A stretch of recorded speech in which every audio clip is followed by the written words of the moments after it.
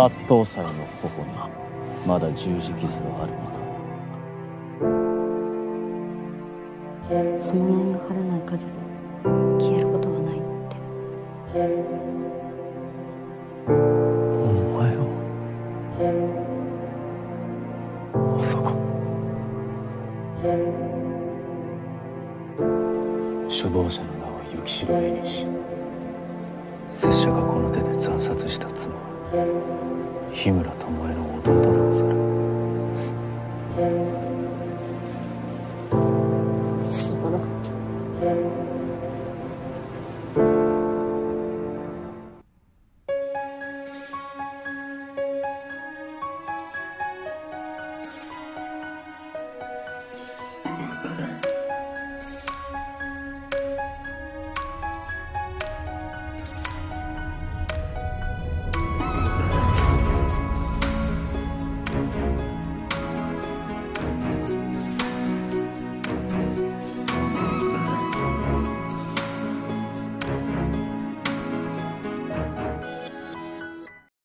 Di awal film, pada tahun 1879 di stasiun Yokohama, Saito bersama para polisi terlihat sedang mencari seorang buronan. Buronan itu adalah seorang bos mafia Shanghai yang menjual senjata dan kapal perang ilegal pada Shishio Makoto. Di salah satu gerbong kereta, Saito akhirnya berhasil menemukan pria itu. Saat dihampiri, bos mafia itu ternyata sudah mengenalnya. Bahkan, ia juga tahu bahwa Saito adalah mantan Shinsegumi. Tak banyak bicara, Saito pun langsung menyuruh anak buahnya untuk menangkap pria itu.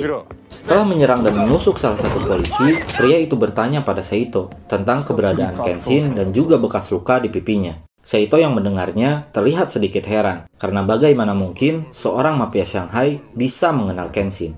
Setelah itu, para polisi pun langsung menyerangnya.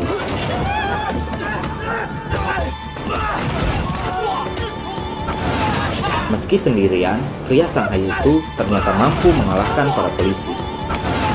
Saito akhirnya turun tangan dan langsung menyerangnya.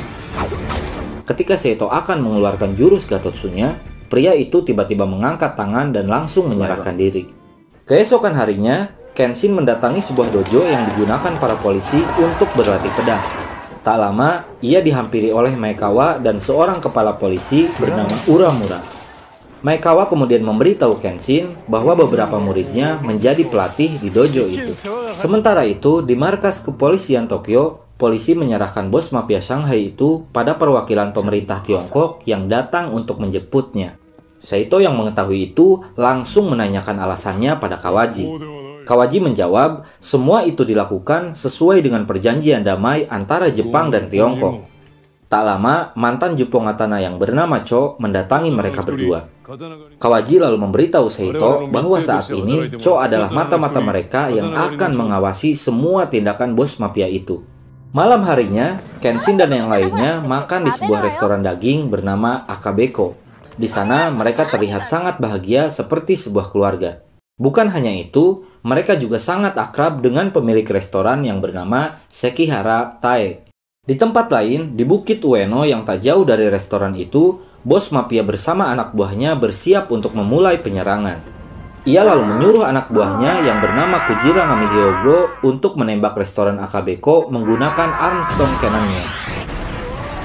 Sementara itu, Kenshin dan yang lainnya yang baru saja keluar dari Akabeko terlihat sedang berjalan untuk pulang. Tak lama, terdengar suara ledakan dari arah restoran itu.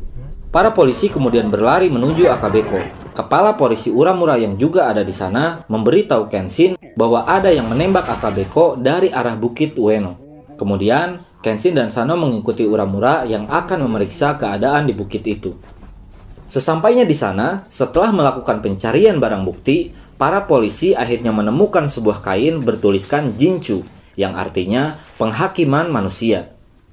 Kenshin yang mengetahui itu langsung menjelaskan bahwa maksud dari tulisan Jinchu adalah jika langit tak mau menghakimi orang yang berdosa, maka manusialah yang akan menghakiminya.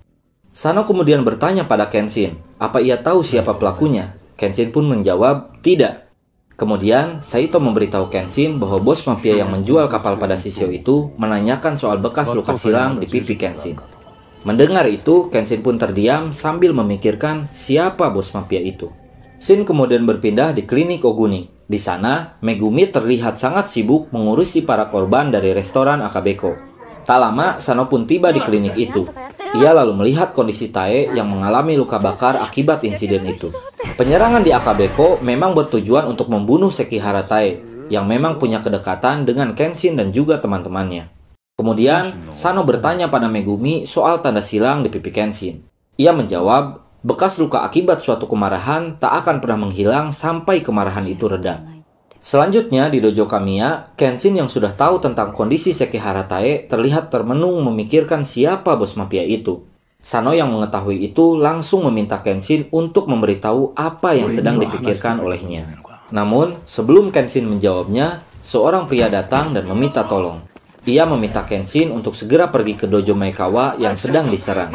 Setelah mendengar itu, Kenshin dan Sano pun segera pergi.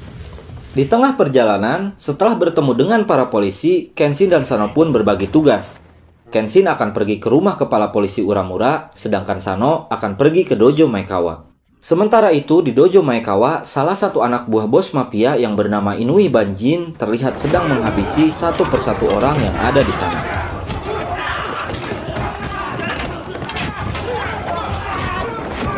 Termasuk Tuan Maekawa, pemilik dojo itu. Tujuan penyerangan itu adalah untuk menghabisi Maekawa karena dia termasuk orang yang dekat dengan Kenshin. Tak lama kemudian, Sano tiba di dojo Maekawa. Namun sayangnya, semua orang yang ada di sana sudah terkapar tak berdaya. Shin lalu berpindah ke rumah kepala polisi Uramura. Di sana, salah satu anak buah bos mafia yang bernama Otowa Hyoko juga melakukan penyerangan. Ia juga memiliki tujuan yang sama, yaitu menghabisi Uramura yang dekat dengan Kenshin. Ketika anak dan istrinya akan dibunuh, Kenshin pun datang menyelamatkan mereka. Setelah itu, Kenshin dan Otowa pun mulai bertarung.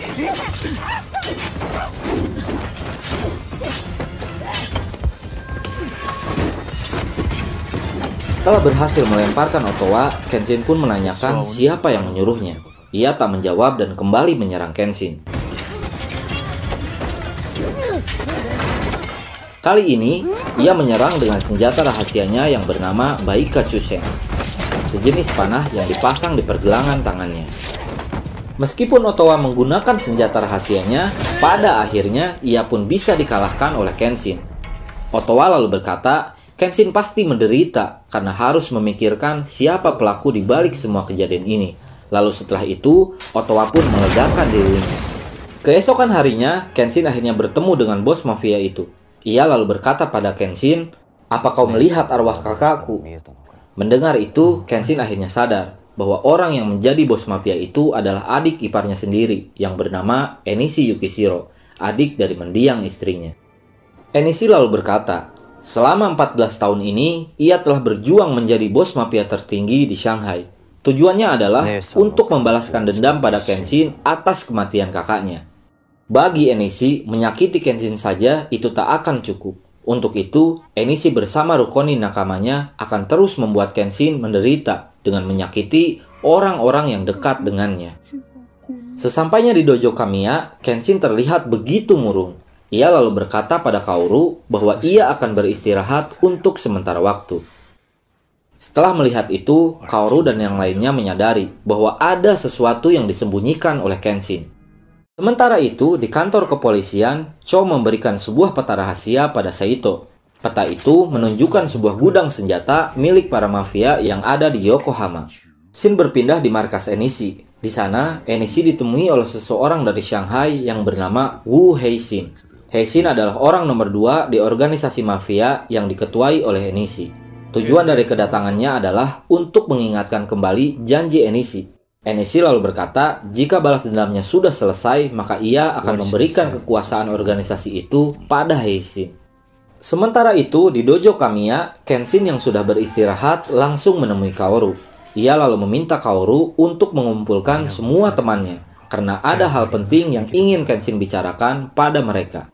Setelah berkumpul, Kenshin pun menjelaskan bahwa penyerangan di Akabeko, dojo Maekawa, dan juga rumah Uramura dilakukan oleh pria yang bernama Enishi Yukishiro, adik dari mendiang istrinya yang bernama Tomoe Yukishiro. Semua itu bertujuan untuk pembalasan dendam atas kematian kakaknya yang tak sengaja Kenshin bunuh. Kemudian, Kenshin pun akhirnya menceritakan asal-usul tanda silang di pipinya dan juga masa lalunya. Untuk penjelasan lengkapnya, ada di film Rurouni Kenshin The Beginning, dan untuk reviewnya, silahkan cek playlist di channel ini. Shin kemudian berpindah pada Enishi yang menangisi kakaknya. Ia terlihat begitu depresi saat mengingat kembali bagaimana kakaknya terbunuh tepat di depan matanya. Sementara itu, di dojo Kamiya, Kaoru dan Megumi kembali membicarakan soal Kenshin dan juga Tomoe. Kaoru lalu berkata bahwa Kenshin tak mungkin bisa melupakan Tomoe, orang yang sangat dicintainya yang sudah ia bunuh dengan tangannya sendiri. Megumi menjawab, jika Kaoru dan Kenshin hidup bersama, mereka pasti bisa melupakan semua itu. Lalu setelah itu, Megumi menyuruh Kaoru untuk segera menyusul Kenshin yang sedang sendirian. Malam harinya, Cho mendatangi Enishi. Ia memberitahu bahwa ia sudah memberi peta yang salah pada polisi. Semua itu ia lakukan atas perintah dari Heishin. Setelah itu, Cho meminta pedang Wato sebagai hadiah atas apa yang sudah ia lakukan.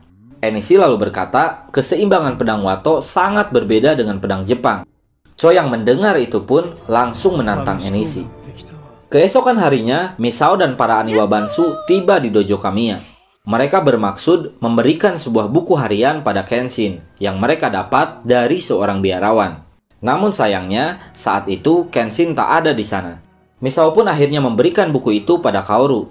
Dari situlah Kaoru tahu bahwa buku harian itu adalah milik Tomoe Yukishiro. Kemudian, Aoshi yang juga ada di sana teringat sebuah informasi yang pernah ia dapatkan. Informasi itu mengatakan pada malam hari nanti akan ada hujan darah di Tokyo. Setelah itu, Aoshi dan para Aniwa Bansu pun segera pergi menuju pusat kota Tokyo. Malam harinya, Saito dan para polisi sampai di sebuah tempat di Yokohama. Tempat itulah yang ditunjukkan oleh Cho sebagai gudang senjata milik Enishi. Ketika Saito dan para polisi masuk ke dalam gudang itu, mereka disambut oleh seseorang yang berpenampilan seperti Shishio Makoto. Dia adalah Otowa yang berhasil selamat dari ledakan di rumah Uramura. Lalu tiba-tiba terjadi sebuah ledakan di gudang itu. Tak lama, puluhan pasukan Heishin mengepung para polisi. Saito pun akhirnya menyadari bahwa semua itu hanyalah sebuah jebakan. Heishin sengaja menjebak para polisi agar mereka menjauh dari Tokyo, yang tentunya akan mempermudah Enishi dalam penyerangannya. Sementara itu, di pusat kota Tokyo, sambil menaiki balon udara, Enishi dan anak buahnya mulai menyebarkan selebaran yang bertuliskan penghakiman manusia. Kenshin yang mengetahui itu segera menyadari bahwa Enishi sudah mulai beraksi.